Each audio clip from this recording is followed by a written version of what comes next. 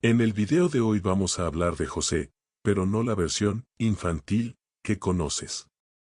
Esta no es la historia de colores pastel, túnicas brillantes y canciones escolares. No.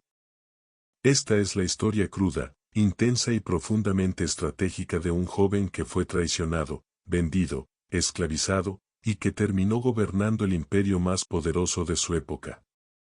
Esto es lo que la Biblia no dice directamente sobre cómo José usó la intriga, la sabiduría divina y su don para los sueños para no solo sobrevivir, sino para reescribir el destino de naciones enteras. Para entender a José, debemos arrancar desde el principio, en una familia quebrada, marcada por el favoritismo, los celos y la traición. José era el hijo favorito de Jacob, el patriarca. Su túnica de muchos colores no solo era un regalo bonito, era un símbolo de poder anticipado. Sus hermanos no lo odiaban porque fuera débil, lo odiaban porque lo veían como una amenaza. En sus sueños, José veía a sus hermanos inclinándose ante él, algo que en la cultura hebrea significaba autoridad. Lo que parecía una simple visión, en realidad era una profecía disfrazada. Un día, empujado por la envidia de sus propios hermanos, José fue lanzado a un pozo y luego vendido como esclavo a una caravana que se dirigía a Egipto. Aquí no hubo rescate celestial ni ángeles que lo salvaran.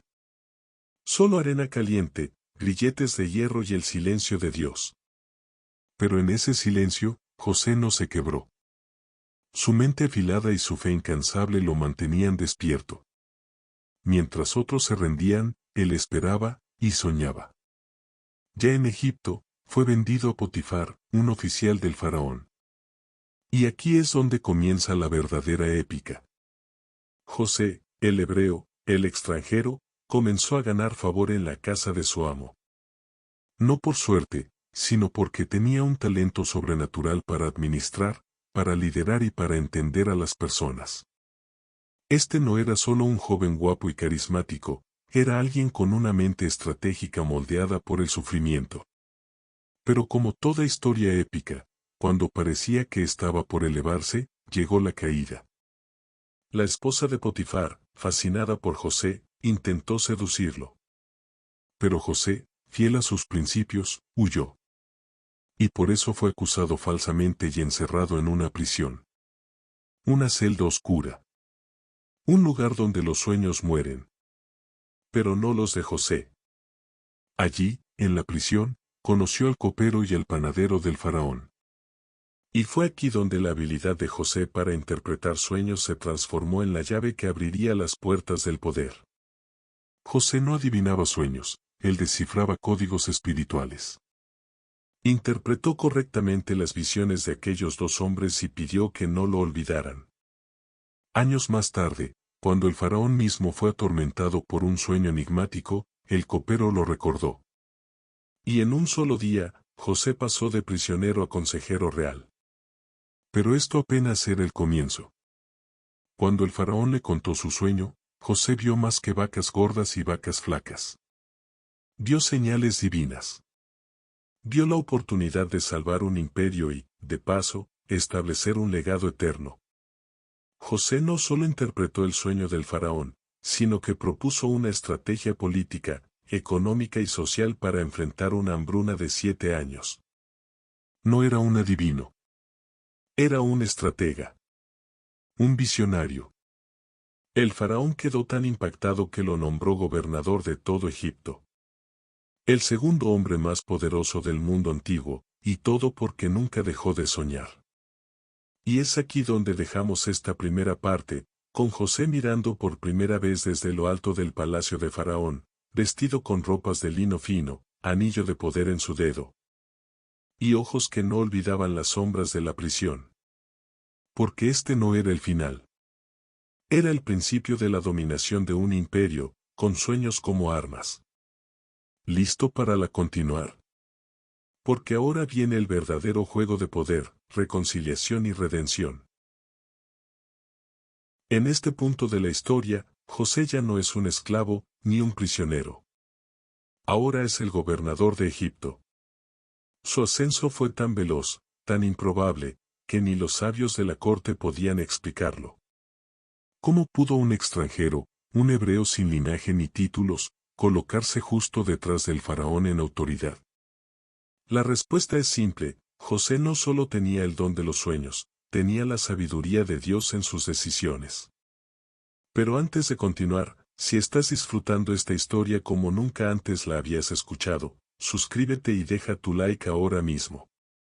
En este canal vamos a sumergirnos en las narrativas más profundas y ocultas de la Biblia, desenredando cada historia, analizando sus implicaciones espirituales, históricas y humanas. Aquí no te vamos a dar versiones diluidas.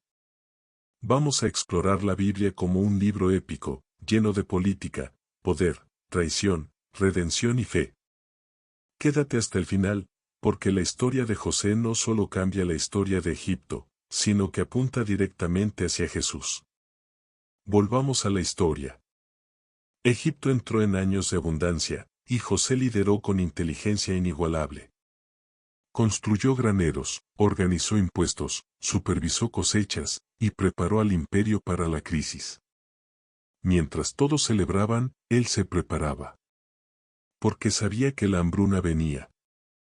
7 años después, la tierra se quebró. El hambre no golpeó solo a Egipto, sino a todas las regiones vecinas. Y entonces, las piezas del destino comenzaron a alinearse. Desde Canaán, sus hermanos y aquellos que lo vendieron viajaron a Egipto buscando comida. Ellos no sabían que el gobernador al que tendrían que suplicar era su propio hermano. Pero José sí los reconoció. Y aquí no hubo venganza rápida ni ira sin control. José jugó una partida maestra de sabiduría y prueba.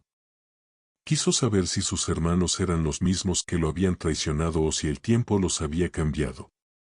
Les habló con dureza, los acusó de espías, los obligó a traer a Benjamín, su hermano menor, y puso en marcha una serie de eventos cargados de tensión y simbolismo. Cada decisión de José, cada prueba, era un espejo de lo que él mismo había vivido. Quería justicia, sí, pero también quería redención. Y en una escena tan dramática que podría rivalizar con cualquier guión de Hollywood, José no pudo más. Rompió en llanto, reveló su identidad y abrazó a sus hermanos. Yo soy José, vuestro hermano, al que vendisteis a Egipto, les dijo. Pero luego, con una madurez espiritual asombrosa, les dijo, no fuisteis vosotros quienes me enviasteis acá, sino Dios. Él me puso por padre de Faraón y señor de toda su casa. Aquí, el corazón de la historia se revela: lo que otros usaron para hacer daño, Dios lo usó para bien. José no solo perdonó, los restauró. Envió ayuda, trajo a su padre Jacob a vivir en Egipto, y estableció una nación dentro de otra. El pueblo de Israel encontró refugio en la tierra de Gosén, y las promesas de Dios comenzaron a cumplirse en territorio extranjero. Pero esto no termina aquí. Porque lo más impactante es cómo la vida de José apunta hacia Jesús. Ambos fueron amados por su padre y rechazados por sus hermanos. Ambos fueron vendidos por piezas de plata. Ambos descendieron al sufrimiento antes de ser exaltados a lo más alto. Y ambos, desde una posición de poder, eligieron el perdón sobre la venganza. La historia de José no es solo un relato antiguo. Es un eco profético del Mesías que vendría. Ahora, entraremos en los momentos más oscuros y misteriosos de la vida de José: cómo manipuló sistemas económicos, cómo protegió su pueblo dentro de un imperio pagano y cómo su historia se volvió una sombra del plan eterno de redención. ¿Listo para seguir con esta narrativa impresionante? ¿Quieres ver cómo los sueños se convierten en armas sagradas y cómo la historia bíblica de José se transforma en el fundamento espiritual de todo un pueblo? El reencuentro con sus hermanos marcó un punto de inflexión no solo en la vida de José, sino en la historia entera de Israel. Lo que parecía el final feliz era apenas el acto intermedio de un drama aún más profundo y trascendental. La familia fue reunida. Jacob, su padre, lloró al ver con vida al hijo que creía muerto, y Egipto abrió sus puertas para recibir a los hebreos, no como esclavos, sino como huéspedes distinguidos. Pero José no era ingenuo. Sabía que los imperios cambian de humor, que la política es frágil, y que lo que hoy es favor, mañana puede ser persecución. Por eso, eligió estratégicamente la tierra de Gosén para su familia. No era solo una región fértil, era una zona periférica, cercana pero separada del corazón egipcio. José estaba protegiendo la identidad de su pueblo, manteniéndolo cerca del poder pero lejos de su corrupción. Durante los años de hambre, José no solo alimentó a Egipto. Reconfiguró toda la estructura del imperio. La gente comenzó vendiendo sus bienes por grano, luego sus tierras, y finalmente, a sí mismos. José compró todo para el faraón, centralizó el poder económico y territorial bajo la corona. Fue una reingeniería completa del sistema. Muchos ven esto como manipulación. Otros, como previsión divina. Pero lo cierto es que José no solo salvó a su familia, reinventó un imperio. Aquí surge una de las partes más épicas que pocos cuentan, la dimensión política y espiritual del liderazgo de José. Este hombre, que alguna vez fue un esclavo sin nombre, ahora tenía control sobre el flujo de alimentos, las tierras y la vida misma de millones. Y sin embargo, nunca se desvió del propósito divino. José usó el poder no para engrandecer su nombre, sino para preservar un linaje. Un linaje que siglos más tarde daría lugar al Mesías. Pero la historia guarda un giro más. Jacob, ya viejo, sintiendo su fin cerca, llama a sus hijos para bendecirlos. Este es un momento cargado de misticismo, profecía y destino. A José le otorga una doble herencia, Efraín y Manasés. 2 tribus nacerían de él, más que de cualquier otro hijo. El soñador no solo lideró Egipto. Fundó una nueva rama dentro de la nación de Israel. Y luego vino su muerte. Pero incluso en eso, José no pensó en Egipto como su hogar. Pidió que sus huesos fueran llevados de vuelta a la tierra prometida. Aunque fue el gobernador más poderoso del mundo antiguo, su corazón nunca dejó de latir por las promesas de Dios. Este detalle es enorme. Porque José vivió, murió y fue embalsamado en Egipto, pero su fe trascendió su tumba. Él sabía que el pueblo no se quedaría allí para siempre. Sabía que un día saldrían de aquella tierra, y quería que su cuerpo descansara con los que esperaban la redención. Esta es la fe del soñador, creer en lo invisible, confiar en lo imposible, y ver lo eterno dentro de lo terrenal. ¿Y cómo conecta esto con Jesús? De una manera brutalmente poderosa. Así como José fue rechazado, Jesús fue despreciado por los suyos. Así como José fue exaltado para salvar a naciones, Jesús fue levantado para redimir al mundo. Así como José perdonó a los que lo traicionaron, Jesús en la cruz dijo, Padre, perdónalos, porque no saben lo que hacen. Y así como José preparó un lugar para su familia en Gosén, Jesús dijo, voy a preparar lugar para vosotros. La historia de José es la semilla. Jesús es el fruto. Uno soñó con estrellas que se inclinaban, el otro es la estrella de la mañana. Uno gobernó Egipto, el otro reina sobre todo el universo. Nos adentraremos en la simbología oculta en los sueños de José. Veremos cómo esos sueños no solo anunciaron su ascenso personal, sino que pintaron un mapa profético del plan de redención universal. Porque cuando Dios habla en sueños, no se trata solo de imágenes, se trata de destinos.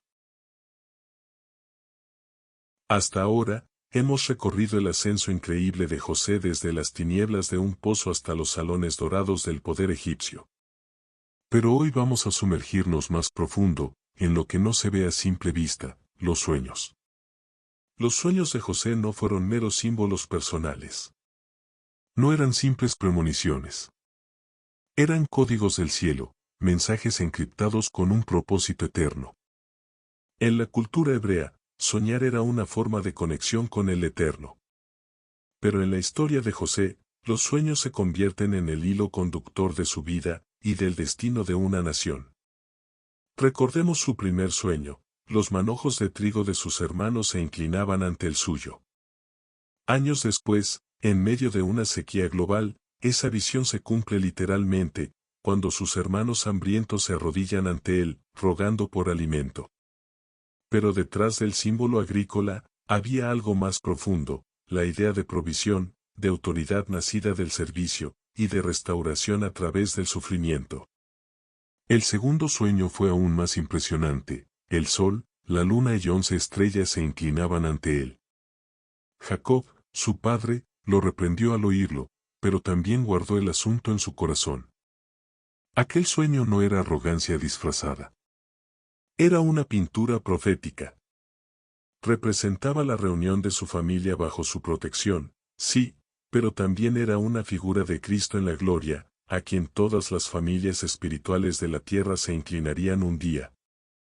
Lo más impactante es cómo José no solo soñaba, sabía interpretar los sueños ajenos. En la prisión, 2 hombres lo buscaron en su desesperación. Uno vio uvas y copas, el otro vio canastas y cuervos. José no solo entendió las imágenes. Él discernió el propósito.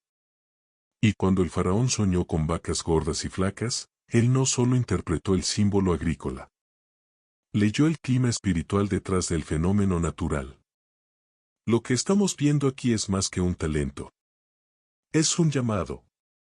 José era un profeta disfrazado de político. Un siervo con mentalidad de rey. Los sueños eran sus herramientas.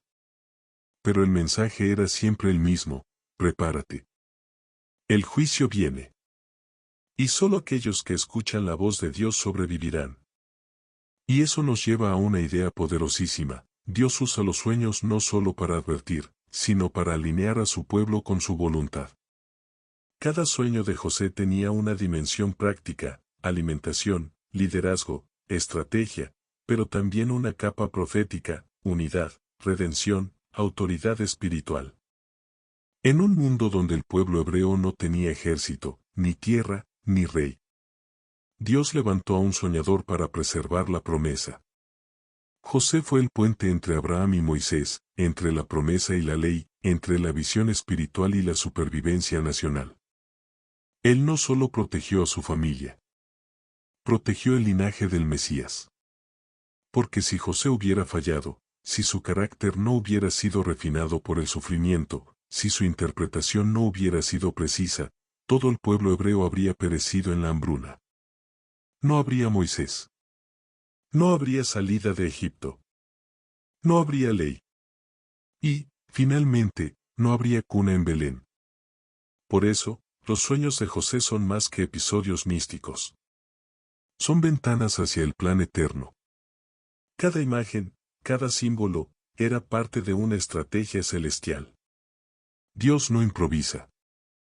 Dios planta visión en medio del dolor, y propósito en medio del caos. En la próxima narración, vamos a ver cómo el legado de José impactó a generaciones futuras. Desde cómo educó a sus hijos en medio de la cultura egipcia, hasta cómo su memoria fue usada por Moisés como inspiración durante el Éxodo.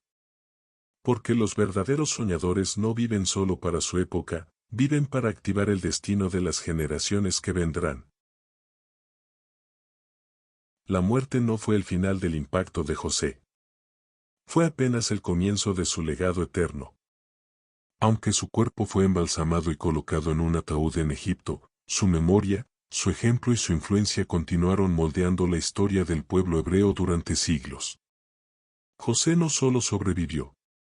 Sembró propósito en el corazón de su nación. Tras su muerte, el pueblo de Israel prosperó en la tierra de Gosén, multiplicándose como Dios había prometido a Abraham.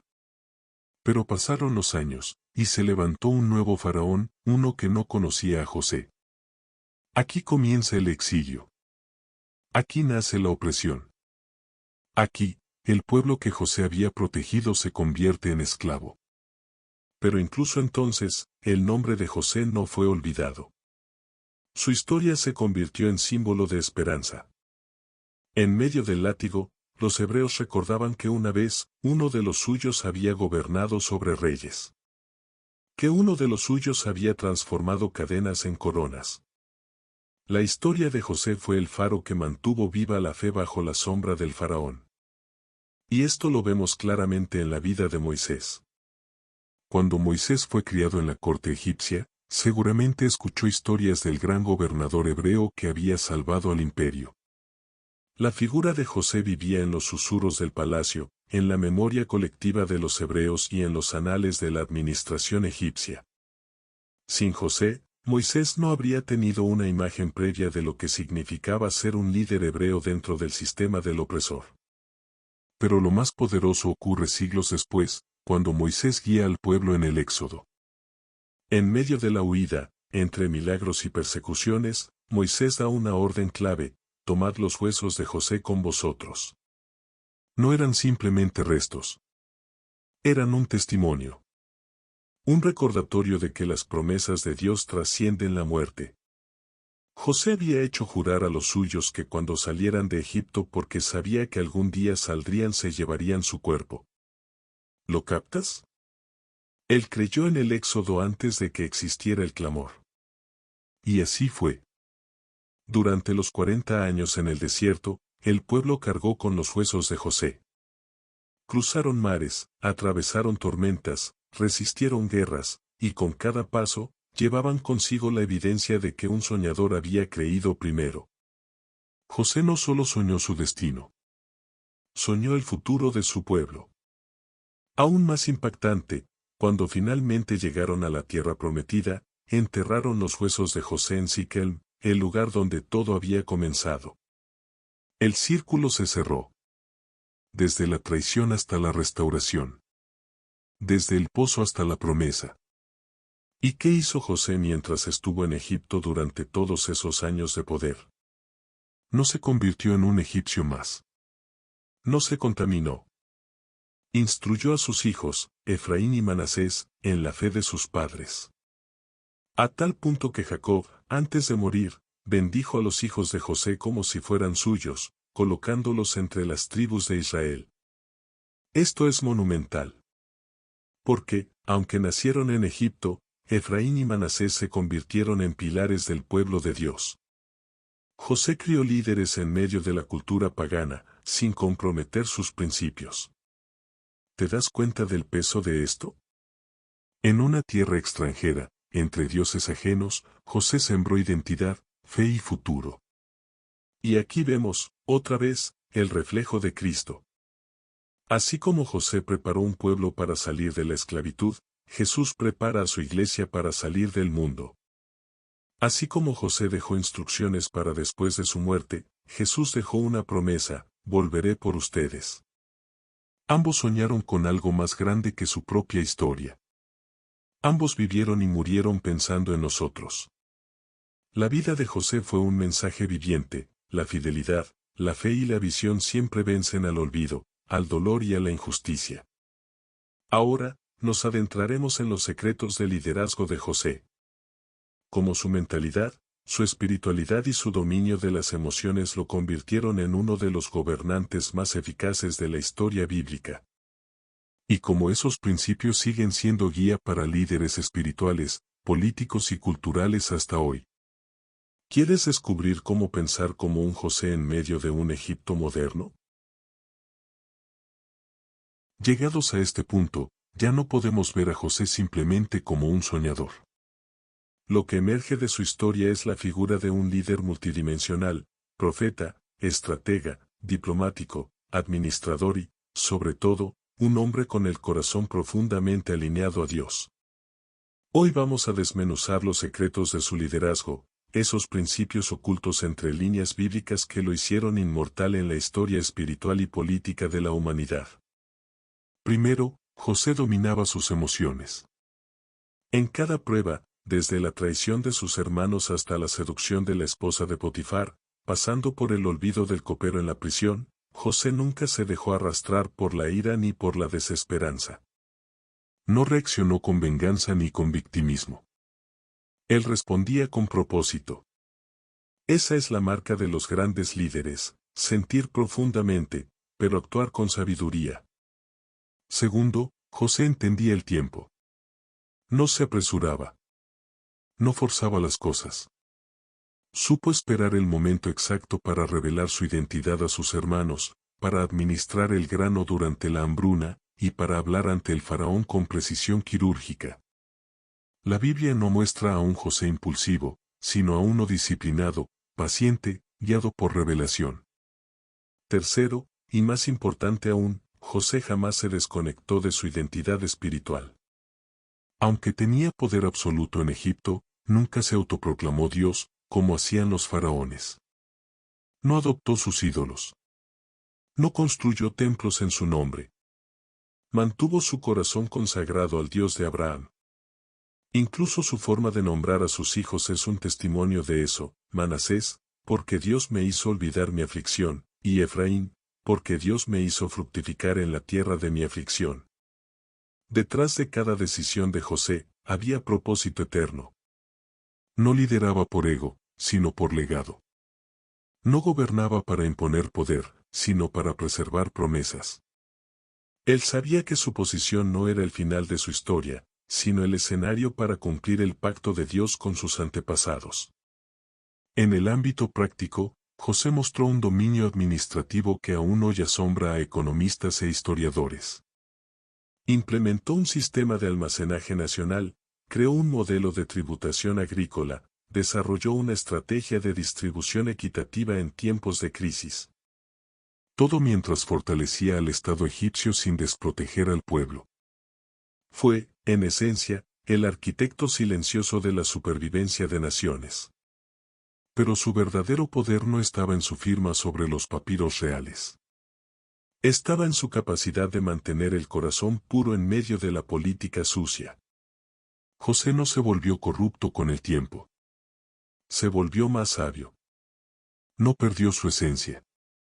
Y eso es lo que lo diferencia de tantos líderes a lo largo de la historia. El liderazgo de José era un anticipo del liderazgo mesiánico: autoridad con mansedumbre, poder con pureza, influencia sin idolatría. Lo que él vivió fue una sombra del verdadero rey que vendría. Porque al igual que Jesús, José bajó a lo más profundo antes de ser exaltado. Ambos descendieron para luego levantar a otros. Y ese es quizás el principio más poderoso de todos: el verdadero líder no usa su posición para sí, sino para elevar a los que lo rodean. José salvó a su familia, a su nación, y a los pueblos vecinos. No hay liderazgo más grande que aquel que redime, que transforma el sufrimiento en salvación. En nuestra siguiente y última parte de esta fascinante historia, vamos a cerrar con una reflexión trascendental: ¿qué significa ser un José en el mundo actual? Hablaremos de cómo esta historia puede cambiar tu perspectiva de vida, tu propósito y tu fe. También te mostraremos cómo el eco de José resuena en el carácter de Cristo y en el llamado de cada creyente a soñar, liderar y redimir. Prepárate para una conclusión poderosa. Lo mejor está por venir. Y así llegamos al final de esta historia. Pero no es solo el final de un relato antiguo. Es el comienzo de una pregunta que todos debemos hacernos hoy: ¿cómo puedo ser un José en mi generación? Porque José no fue un personaje mitológico. Fue un hombre real, con dolor real, con traiciones reales, y con una fe tan sólida que ni el poder del imperio más avanzado del mundo pudo corromperlo. José nos deja un mapa para sobrevivir y reinar en medio del caos. En un mundo que te puede traicionar, vender, olvidar y hasta encerrar, el propósito de Dios sigue en pie. José nos enseña que lo que hoy parece una prisión, mañana puede ser el camino al trono. Que un sueño de Dios no muere por la traición de los hombres. Que si caminas con integridad, incluso entre serpientes, serás preservado para cumplir destino. Y no estás solo. Porque esta historia no es solo una inspiración. Es un reflejo. De ti. De mí. Y, sobre todo, de Cristo. Jesús es el José eterno. Rechazado por sus hermanos. Vendido por unas monedas. Falsamente acusado. Humillado públicamente. Y luego, exaltado por Dios, no solo para reinar, sino para salvar a los que lo rechazaron. José alimentó con grano. Jesús alimenta con pan eterno. José abrió los graneros de Egipto. Jesús abrió los cielos. José perdonó a quienes lo traicionaron. Jesús los llamó hermanos y dio su vida por ellos. José preparó un lugar en Gosén. Jesús dijo, voy, pues, a preparar lugar para vosotros. Y ahora tú. Tú estás llamado a soñar también. Pero no sueños egoístas. No fantasías vacías. Sino sueños sembrados por Dios mismo. Sueños que van a sobrevivir traiciones, pruebas, años de espera, y que terminarán bendiciendo no solo tu vida, sino la de generaciones enteras. Tal vez estás en tu pozo ahora. Tal vez en tu prisión. O quizás justo al borde del palacio. Pero no importa dónde estás. Lo importante es que Dios no ha terminado contigo. Si sigues soñando con Él, si mantienes tu corazón alineado, no hay faraón ni infierno que pueda detener tu propósito. Y si llegaste hasta aquí, no es casualidad. Estás llamado a liderar con propósito. A marcar esta generación. A vivir con la fe de José y el carácter de Cristo. Así que si esta historia tocó tu alma, dale like a este video y suscríbete al canal. Porque aquí no solo contamos historias. Aquí descubrimos el ADN espiritual de los gigantes bíblicos, exploramos cada rincón oculto de las Escrituras y te damos herramientas para que vivas con visión, fe y propósito en el mundo actual. Hablamos de todos los temas de la Biblia, sin filtros y sin adornos infantiles. Solo verdad, revelación y transformación. Queremos saber de ti. Déjanos en los comentarios tu testimonio, tus pensamientos o lo que Dios ha hecho a través de los sueños en tu vida. ¿Te ha hablado Dios mientras dormías? ¿Has pasado por un Egipto? Queremos escuchar tu historia. Y recuerda siempre esta verdad. Lo que otros planearon para mal, Dios lo transformó en bien. Génesis capítulo 50 versículo 20. Nunca subestimes el poder de un sueño sembrado por Dios. Porque si Él te dio la visión, también te dará la gracia para verla cumplida. No solo sobrevivas. Domina el imperio. Que Dios te bendiga. Y recuerda, los soñadores del reino, nunca mueren.